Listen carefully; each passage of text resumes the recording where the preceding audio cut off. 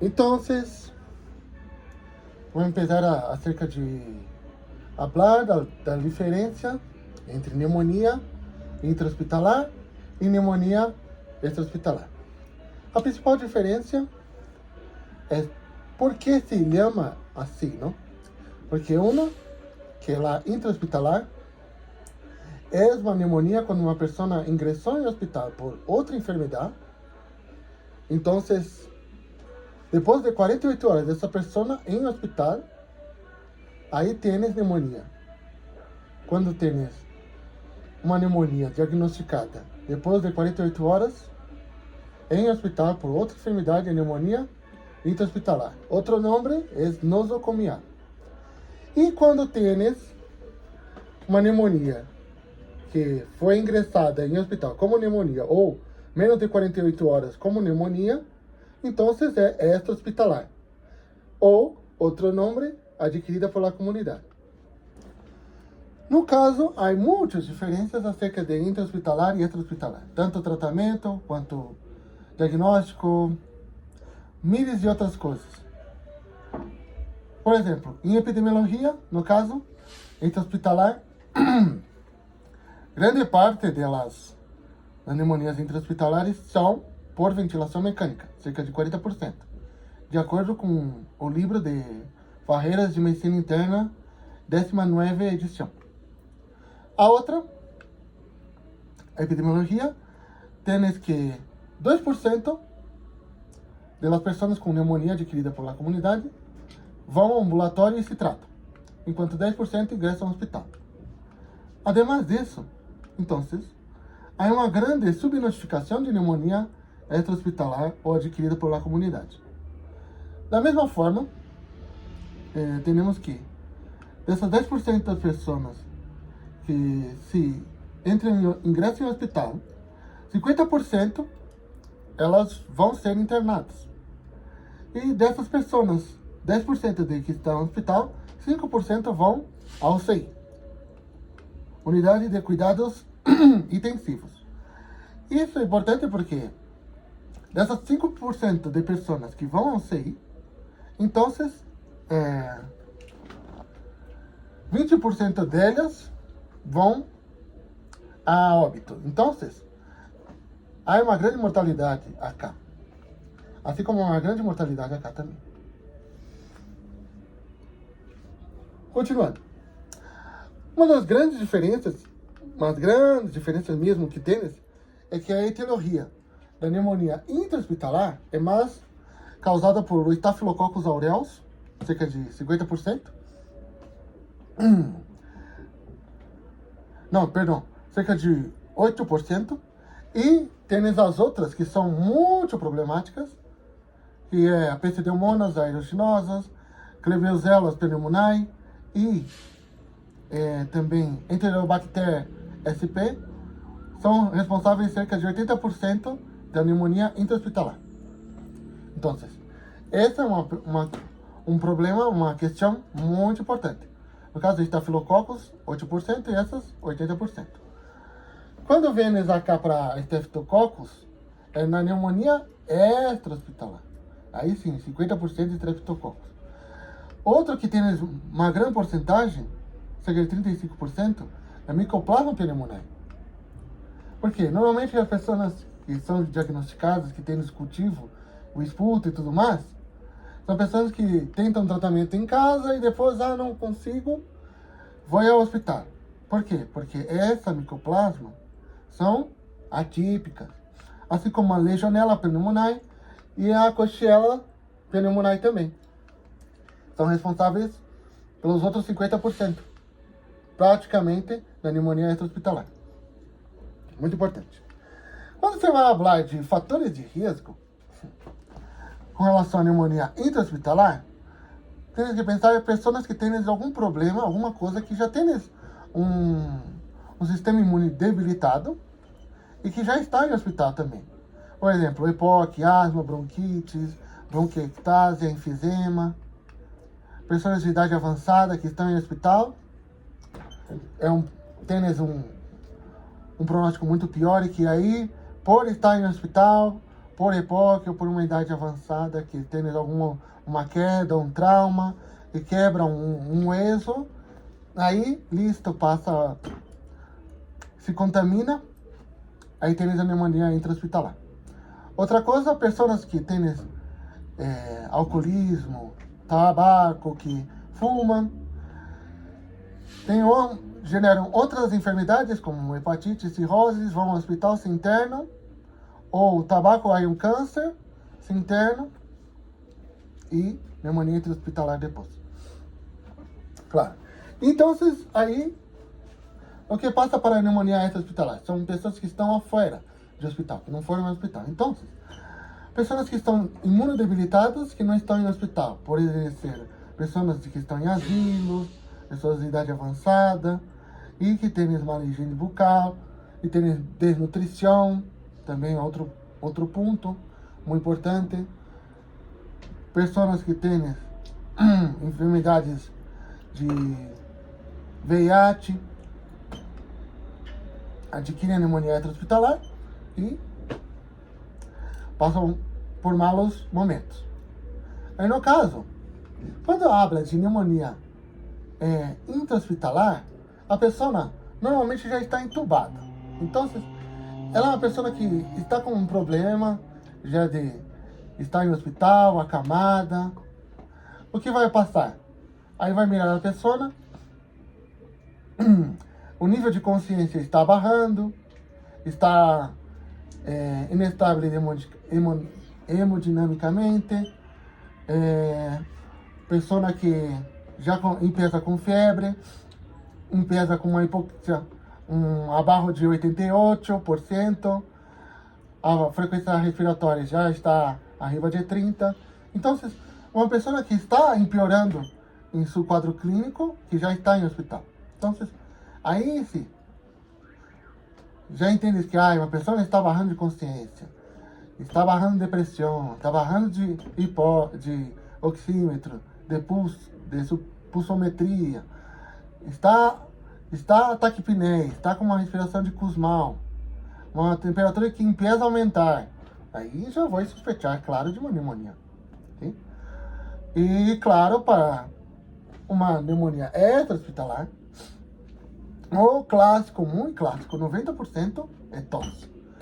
Cerca de uns 60%, 50%, disneia e dor torácico, aproximadamente, de acordo com Farreiras.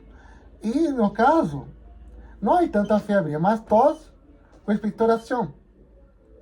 E aí passa tossindo, expectoração, e tens um esputo amarillo, e aí o verde, aí suspeita de pneumonia, toma antibiótico, não se melhora, e vai ao hospital. Aí pneumonia extra-hospitalar. Então, eu estou mirando a pessoa que está com tosse, está com disneia, dolor torácico. Aí, esse é um ponto muito importante, não? E o que vou fazer com essa pessoa? Claro, isso é o quê? Diagnóstico. Primeira coisa, com relação a pessoa que tem pneumonia intra-hospitalar, ela está com altas secreções.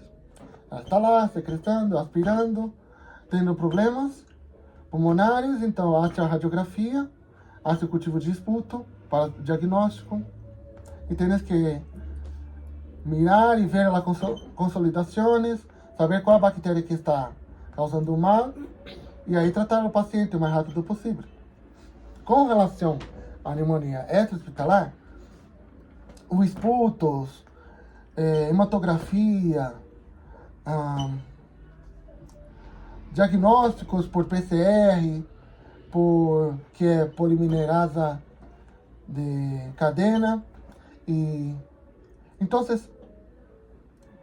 ou proteína C reativa, pode utilizar uma proteína C reativa se tem um aumento de proteína C reativa, mas nos melhores que temos para diagnosticar, de acordo com Farreiras, é um exame de procalcitonina, se está elevado, ou um exame de imunocromatografia, que tem uma sensibilidade e especificidade muito grande para bactérias atípicas, como a Mycoplasma pneumoniae, Legionella e Coxiella, e Streptococcus também tem muito boa sensibilidade e especificidade Com relação ao CURB, aí, exato.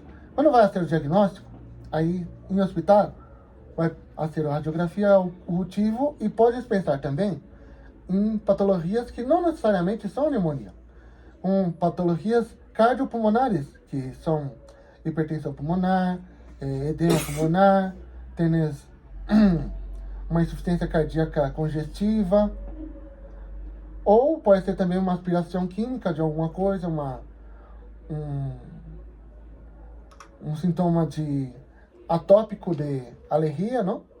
Então, aí tens a questão cor pulmonar, né? De hipertensão pulmonar. E como está lleno de líquido o pulmão, então parece, e como está com uma inflamação em pulmão, através de uma aspiração, então parece que é pneumonia, mas não é. Aí é um problema circulatório que temos que tratar. Assim como a aspiração química, temos que dar anti-inflamatórios, não? Aí sim. Pero, para o diagnóstico extra-hospitalar, então vamos para o CURB 65, em que temos que utilizar esse método para evaluar se há ingresso hospitalar. Sim?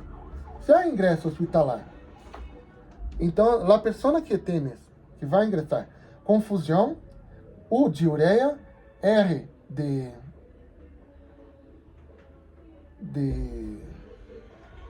cardiovascular e Braid Bridge.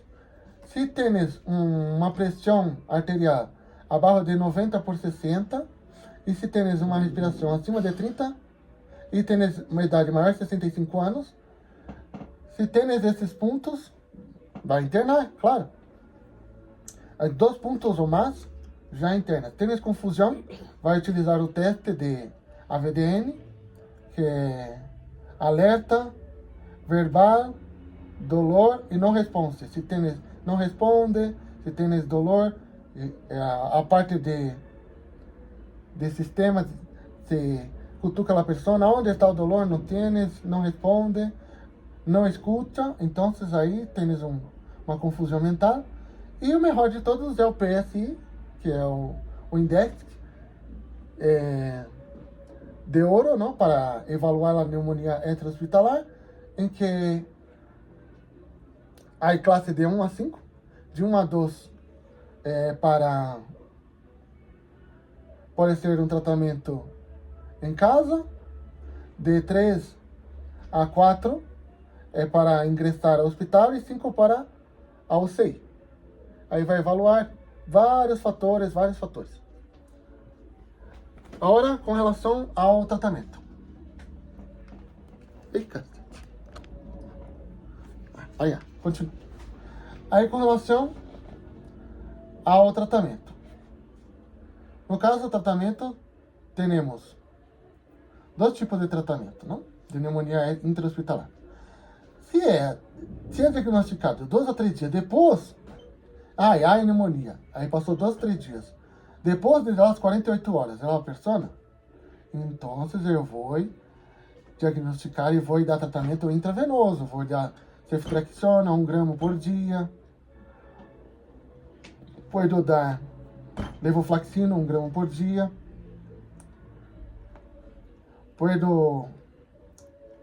no caso, tem que ser intravenoso.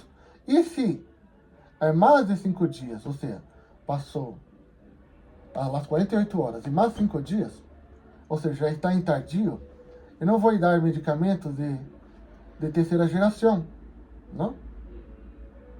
Tanto penicilina quanto cefalosporina. Então, eu vou dar de 4ª geração.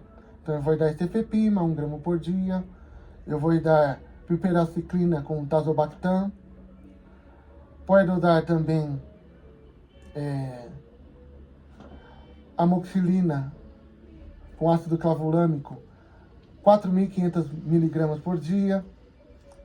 Então o tratamento cambia de 2 a 3 dias para maior de 5 dias quando a pneumonia é intra-hospitalar. Agora, se é um tratamento de pneumonia extra-hospitalar, então há a parte ambulatorial, a parte de hospital e a parte onde está em hospital é grave. Quando é ambulatorial, pode dar claritromicina, 500 miligramas, que já é um remédio muito bueno. Pode dar ciprofloxacino, levofloxacino, que é uma quilonona, também 500 miligramas a cada 12 horas. No caso, quando vai para o hospital, já vai igual a pneumonia intra-hospitalar, claro.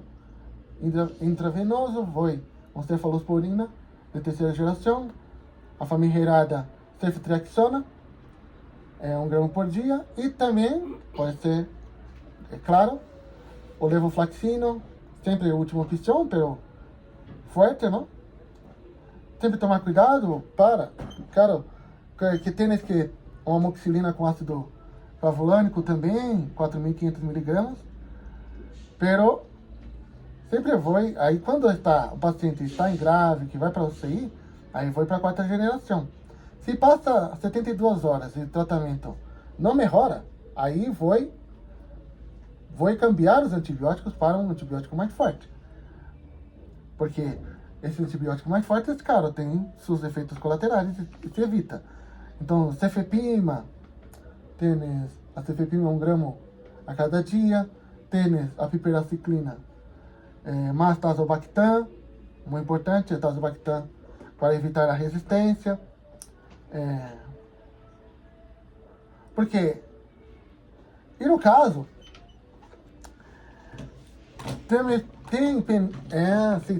aí também a meropenem, que pode passar na persona, 1 grama por dia, e também meropenem para tanto pneumonia intra-hospitalar quanto extra-hospitalar.